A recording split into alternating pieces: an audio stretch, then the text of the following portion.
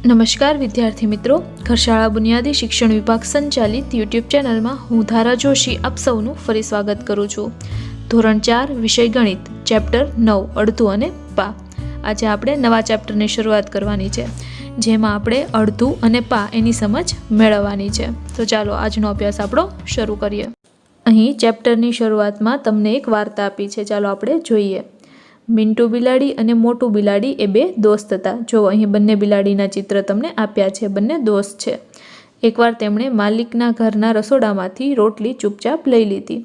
મિન્ટુએ કહ્યું કે હું આ લઈશ, ના હું આ લઈશ। બંને ઝઘડે છે, બંને બિલાડી। જ્યારે તેઓ ઝઘડતા હતા ત્યારે ત્યાં વાંદરો આવે છે અને વાંદરાનું નામ છે ટીટુ।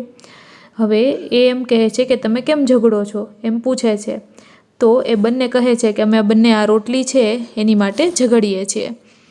બિલાડીઓ કહે છે કે આ રોટલીના ભાગ કેવી રીતે કરવા એ અમને બંનેને સમજ આવતી નથી। એટલે જે વાંદરો છે એમ કહે છે કે તમે ચિંતા ન કરો, હું તમને બંનેના રોટલીના એક સરખા ભાગ કરી આપીશ। હવે અહીં જે વાંદરો છે એ હોશિયારી વાપરે છે અને એ બંનેના જે રોટલી છે એના આવી રીતે ભાગ કરે છે, જે રીતે આપણને ચિત્રમાં દર્શાવ્યું છે એ રીતે। એટલે બિલાડી બોલે છે કે આ બે ભાગ છે એક સરખા નથી, ડાબી બાજુનો ભાગ મોટો છે। જો તમને પણ ચિત્રમાં જોવા મળશે કે એક રોટલીનો ભાગ મોટો લાગે છે ને એક રોટલીનો ભાગ નાનો લાગે છે। મિન્ટુ અને મોટું એમ કહ્યું કે ડાબી બાજુનો ભાગ મોટો છે। એટલે વાંદરો શું કહે છે કે કંઈ વાંધો નહીં, હું એક સમાન કરી દઉં। એમ કરી અને એ ડાબી બાજુનો જે ટુકડો છે એમાંથી થોડો ભાગ ખાઈ જાય છે। એટલે વાંદરો જે છે એ ડાબી બાજુનો ભાગ થોડો વધારે ખાઈ જાય છે, એટલે એ નાનો થઈ જાય છે અને જમણી બાજુનો ભાગ છે મોટો થઈ જાય છે। એટલે બિલાડીઓ પાછી બૂમ પાડે છે કે આ બાજુનો ભાગ છે એટલે કે જમણી બાજુનો ભાગ છે એ મોટો થઈ ગયો રોટલીનો અને ડાબી બાજુનો નાનો થઈ ગયો। એટલે વાંદરો શું કરે છે, ફરીથી જે જમણી બાજુનો ભાગ છે એમાંથી થોડો મોટો ટુકડો કાપી અને ખાઈ જાય છે। અને છેલ્લે જ્યારે રોટલીનો ખૂબ નાનો એવો હિસ્સો બંનેનો બાકી રહે છે ત્યારે એમ કહે છે કે આ તો મારો કામનો હિસ્સો છે, એટલે કે મેં જે તમને કામ કરી દીધું એનો હિસ્સો છે। એમ કરી અને એ ટુકડો પણ એ ખાઈ જાય છે અને પછી ઝાડ ઉપર ચડી જાય છે। એટલે કે અહીં વાંદરો છે એક સરખા બે ભાગ ન કરી દેતા આખી રોટલી પોતે ખાઈ જાય છે। જો હવે બંને બિલાડી તમને એમ કહે કે આ રોટલીના એક સરખા ભાગ કરો, તો તમે કેવી રીતે ભાગ પાડશો? જો ટીટુની જેમ છેતરપિંડી ન કરો તો, એટલે કે વાંદરાએ જેમ છેતરપિંડી કરી એમ ન કરો તો આ રોટલીના કેમ બે સરખા ભાગ પડે? તો જો અહીં નીચે જે આકૃતિમાં આપ્યા છે એ રીતે બરાબર વચ્ચેથી જો આપણે બે એક સરખા ભાગ કરીએ તો બંને બિલાડીને અડધા અડધા ભાગ છે મળે રોટલીના। એટલે કે રોટલીનો એક આખી રોટલીનો અડધો ભાગ, એમ બંને બિલાડીને અડધો અડધો ભાગ રોટલીનો ખાવા મળે। જો હવે બે બિલાડીની જગ્યાએ 4 બિલાડી હોય તો એક રોટલીના કેટલા એક સરખા ભાગ કરવા પડે? તો કે એક રોટલીના એક સરખા 4 ભાગ કરવા પડે। તો જો અહીં જે મેં વર્તુળ દોર્યું છે એને માનો કે આપણે રોટલી માનીએ, તો એના એક સરખા 4 ભાગ કેમ કરાય? તો જો અહીં મેં જેમ કરીને દર્શાવ્યા છે, જે રીતે મેં 4 ભાગ કર્યા છે એ રીતે આપણે એક રોટલીના એક સરખા 4 ભાગ કરી શકીએ। જો અહીં જે છોકરીનું ચિત્ર છે એના હાથમાં બે ટુકડા દેખાય છે અને બે ટુકડા છે એ બિલાડીના મોઢામાં છે, એમ એક રોટલીના એક સરખા 4 ભાગ થયા છે। એટલે કે દરેક બિલાડીને રોટલીનો ચોથો ભાગ મળશે એમ આપણે કહી શકીએ, જેને આપણે 1/4 એમ પણ લખી શકીએ। તો અહીં જે બિલાડીઓ છે એને એક રોટલીનો ચોથો ભાગ મળશે એમ આપણે કહી શકીએ। ત્યારબાદ નીચે આપણને કહ્યું છે કે રાનીને ચોકલેટ મળી, તેણે એક સરખા ભાગ કરી તેનો અડધો ભાગ તેની દોસ્ત રીનાને આપ્યો। તો જો અહીં બાજુમાં આકૃતિ દોરી છે એ ચોકલેટ છે રાનીને મળે છે, તો એણેનો અડધો ભાગ એની બહેનપણી રીનાને આપ્યો છે। તો અહીં પહેલાં આપણે જોવાનું છે કે આ એક ચોકલેટ છે એમાં ટોટલ કેટલા ટુકડા છે, તો તમે જોઈ શકો છો જો મેં ટીક કરીને દર્શાવ્યા છે એ રીતે એક ચોકલેટના 6 ટુકડા। હવે એ આમાંથી એની બહેનપણીને અડધી ચોકલેટ આપશે, એટલે કે 6ના અડધા 3, એટલે કે એની બહેનપણીને એ 3 ટુકડા આપશે। તો જુઓ અહીં મેં જે રાઉન્ડ એટલે કે ગોળ કરીને તમને દર્શાવ્યું છે એટલો ભાગ એ એની બહેનપણી રીનાને આપશે। હવે ત્યારબાદ અહીં પૂછ્યું છે કે ચોકલેટના કેટલા ટુકડાઓ છે, તો ચોકલેટના ટોટલ 6 ટુકડાઓ છે અને રાની પાસે કેટલા ટુકડાઓ બાકી રહ્યા? તો રાનીએ એમાં એની બહેનપણીને 6માંથી અડધા એટલે કે 3 ટુકડા આપ્યા, તો રાની પાસે અડધા એટલે કે 3 ટુકડા બાકી રહેશે। એટલે કે અડધી ચોકલેટ એણે ખાધી અને અડધી ચોકલેટ છે એની બહેનપણીને એણે આપી એમ આપણે કહી શકીએ। હવે ત્યારબાદ આગળ અહીં આપણને આપ્યું છે કે અડધા કાગળમાંથી બનેલા ઘણા બધા આકાર। શું કહે છે ચાલો આપણે સમજીએ। કાગળનો એક ટુકડો લઈ અને કાગળમાંથી 2 એકસરખા ત્રિકોણ એવી રીતે કાપો કે જેથી દરેક ત્રિકોણનું માપ અડધા કાગળ જેટલું હોય. બંને ત્રિકોણને જુદા જુદા રંગ કરો. હવે અહીં તમારે એક કાગળ લેવાનો છે અને એમાંથી 2 ત્રિકોણ બનાવવાના છે અને બંને એક સરખા માપના ત્રિકોણ બનાવવાના છે.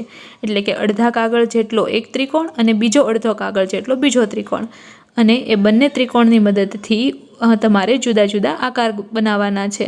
તો જુઓ, અહીં એક આકાર તમને દર્શાવ્યો છે, 2 ત્રિકોણનો ઉપયોગ કરીને અહીં બનાવ્યો છે.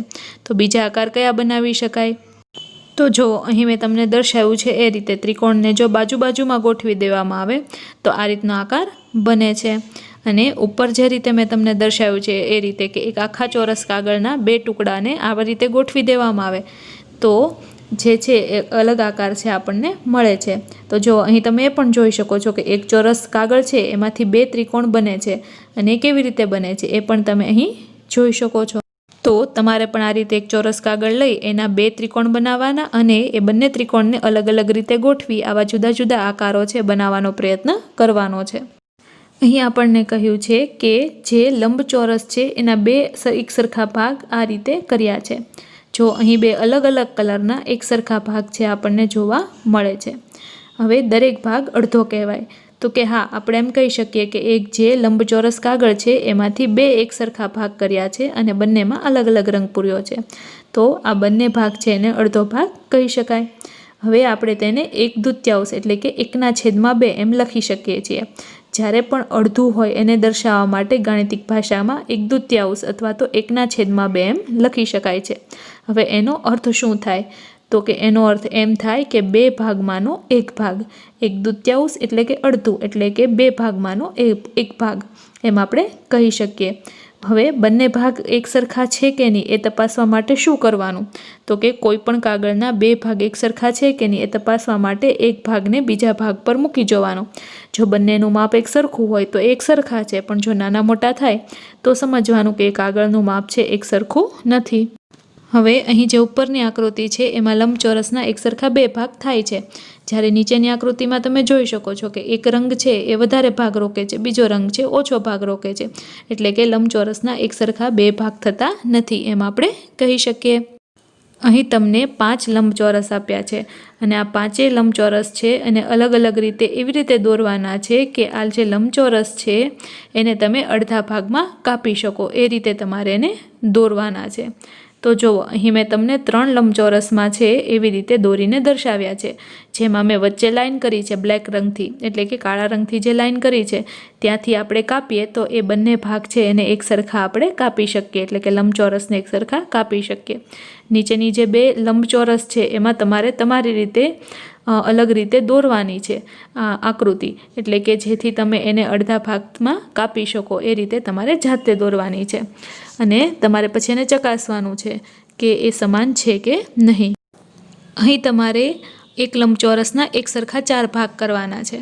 તો જુઓ, અહીં એણે તમને એક લંબચોરસમાં એક સરખા 4 ભાગ કરીને દર્શાવ્યા છે અને એ 4 ભાગમાં છે અલગ અલગ રંગ છે એ પણ કરેલો છે, તમે જોઈ શકો છો.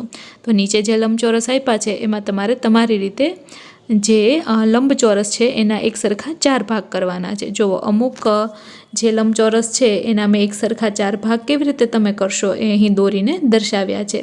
જ્યાં અંદર આપણે બ્લેક લાઇન કરી છે ત્યાંથી આપણે એને કાપતા એક સરખા 4 ભાગ જોવા મળશે. તમારે પણ આવા લંબચોરસ દોરવાના છે અને એના એક સરખા 4 ભાગ કરવાના છે અને એ એક સરખા છે કે નહીં એ તમારે તપાસવાનું છે. અહીં ઉપરની આકૃતિમાં તમે જોશો તો કે દરેક ભાગમાં 1/4 1/4 એમ લખીને દર્શાવ્યું છે. એનો મતલબ એમ થશે કે એક લંબચોરસના 4 ભાગ છે અને દરેક ભાગે ચોથો ભાગ છે, એટલે કે 4 ભાગમાંનો 1 ભાગ. એટલે આપણે 4 ભાગમાંનો 1 ભાગ એટલે એને આપણે લખી શકીએ 1/4. જો અહીં તમે જોઈ શકો છો એ રીતે, એટલે કે એક લંબચોરસના 4 ભાગ અને એમાં આખા જે લંબચોરસ છે એનો ચોથો ભાગ, એટલે એને આપણે લખી શકીએ 1/4. 4 ભાગમાંનો 1 ભાગ, જે તમારે યાદ રાખવાનું છે. હવે અહીં સવાલ આપ્યો છે કેકના ભાગ પાડવા. રજનીના પપ્પા છે એ કેક લાવ્યા છે અને કેકના એણે એક સરખા કેટલા ભાગ કરવાના છે? 4. એક એના પપ્પા માટે, એક એના મમ્મી માટે, એક એના નાના ભાઈ માટે અને એક પોતાની માટે, એમ રજની 4 ભાગ કરે છે. હવે દરેક ભાગમાં જુદા જુદા રંગ ભરો. જો અહીં કેક તમને દર્શાવી છે, એક વર્તુળ દર્શાવ્યું છે ને એના એક સરખા કેવા 4 ભાગ કર્યા છે. તમારે આ 4 ભાગમાં રંગ કરવાનો છે. ત્યારબાદનો સવાલ છે કે દરેકને કેટલા ભાગ મળશે? તો કે દરેકને એક આખી કેક છે એમાંથી ચોથો ભાગ, એટલે કે આપણે 1/4 એમ પણ લખી શકીએ અને આપણે એમ પણ લખી શકીએ કે દરેકને કેકનો ચોથો ભાગ મળશે. હવે ત્યારબાદનો સવાલ છે, મમ્મીએ પોતાના ભાગની કેક રજનીને આપી. હવે રજનીને મળેલ કુલ ભાગમાં રંગ પૂરો. તો જુઓ, અહીં આપણે જોઈ શકીએ છીએ રીતે મેં 2 ભાગમાં ટીક કરીને દર્શાવ્યું છે. એક ભાગ રજનીનો અને બીજો જે રજનીના મમ્મીનો ભાગ છે એ રજનીને આપે છે. એટલે રજનીને આખા કેકમાંથી અડધી કેક છે મળે છે.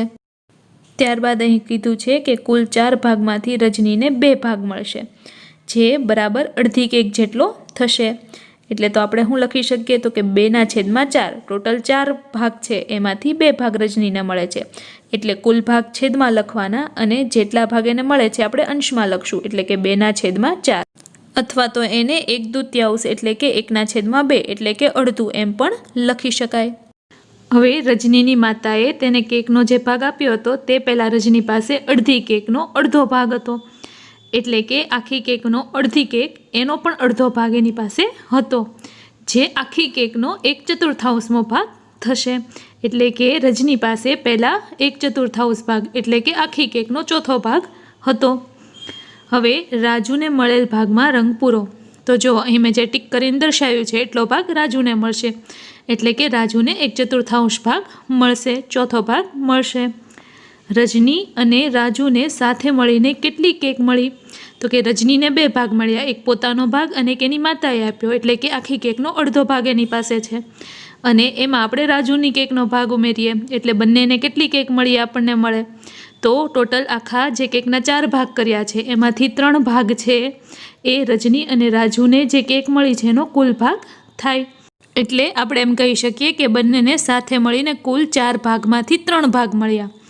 એટલે જુઓ, અહીં મેં જે તમને ટીક કર્યા છે 3 ભાગ છે, બંનેના કુલ ભાગ થાય છે. એટલે કે બંનેને 4માંથી 3 ભાગ મળે છે, જેને આપણે શું કેવી રીતે દર્શાવશું? તો કે 3/4. જો અહીં લખ્યું છે એ રીતે 3/4 એમ લખી શકાય. ટોટલ 4 ભાગ એમાંથી 3 ભાગ મળ્યા એમ કહી શકાય. હવે અહીં એક લોભી કુંદનની વાત આપી છે. એક કુંદન નામનો માણસ છે જે ખૂબ લોભી છે. તો એ જે વાર્તા છે આપણે ચાલો જોઈએ કે એમાં શું કહેવા માગે છે. કુંદન એક લોભી માણસ છે. જ્યારે પણ એ બજાર જાય ત્યારે તેને વધુમાં વધુ વસ્તુ છે એ જોતી હોય, પરંતુ એને ઓછામાં ઓછો ખર્ચ કરવો હોય, એટલે કે એને ઓછા પૈસા દઈને ઝાઝી વસ્તુ છે જોતી હોય છે.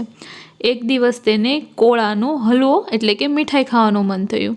તેણે ખૂબ મોટું કોળું માત્ર 10 રૂપિયામાં ખરીદવાનો પ્રયત્ન કર્યો. એણે પ્રથમ જે દુકાનદાર હતો એને કોળાનો ભાવ પૂછ્યો. એટલે જે કોળું વેચનાર હતો એણે કહ્યું કે કોળાનો 1/4 ભાગની કિંમત ₹10, એટલે કે આખા કોળાનો ચોથો ભાગ તમારે જોતો હોય તો એના તમારે 10 રૂપિયા ચૂકવવા પડશે. તો આખા કોળાની કેટલી કિંમત થાય? તો આખા કોળાના 4 ભાગ કરીએ તો એમાં એક ભાગનો જે ભાવ છે એ છે 10 રૂપિયા. તો 4 ભાગના કેટલા? તો કે 1/10, તો 4ના 40 રૂપિયા.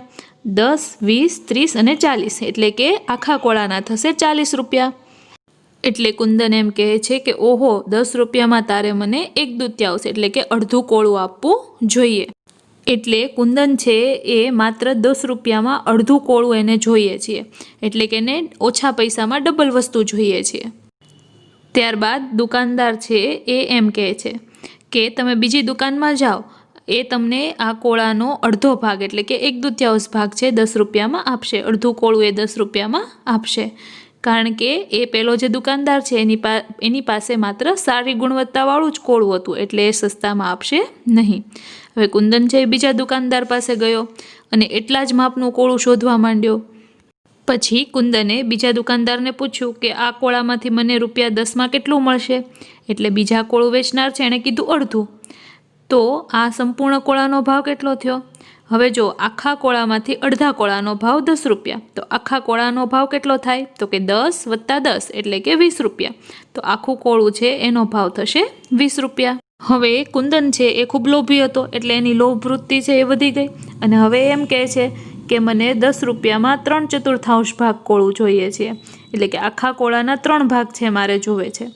તો બીજું કોળું વેચનાર છે એણે એમ કહ્યું કે ભાઈ તું અહીંથી વયો જા અને જા પેલા માણસ પાસેથી તું કોળું લઈ લે, એ આવા હલકી ગુણવત્તાવાળું શાકભાજી વેચે છે, એ તને આ માપનું કોળું 10 રૂપિયામાં આપી દેશે. એટલે કે 3/4 ભાગ કોળું છે 10 રૂપિયામાં બીજો જે દુકાનદાર છે એટલે કે બીજો જે કોળું વેચનાર છે એ તને આપશે, એમ એ કહે છે. ત્યારબાદ કુંદન ત્રીજો કોળું વેચનાર પાસે ગયો અને તેના જેવું જ કોળું જોયું અને પૂછ્યું, તું મને આ આખું કોળું 10 રૂપિયામાં આપીશ? એટલે ત્રીજો કોળું વેચનાર છે એણે ગુસ્સામાં એમ કીધું કે જા પેલા ઘરના છાપરા પર ચડી જા અને ત્યાં વેલા છે એની પરથી મફતમાં કોળું લઈ લે. હવે કુંદન તો લોભી હતો એટલે એણે શું કર્યું, તો એ તો ઘરના છાપરા પર ચડવા લાગ્યો. તો વિદ્યાર્થી મિત્રો, આજનો અભ્યાસ આપણે અહીં સુધી રાખીએ.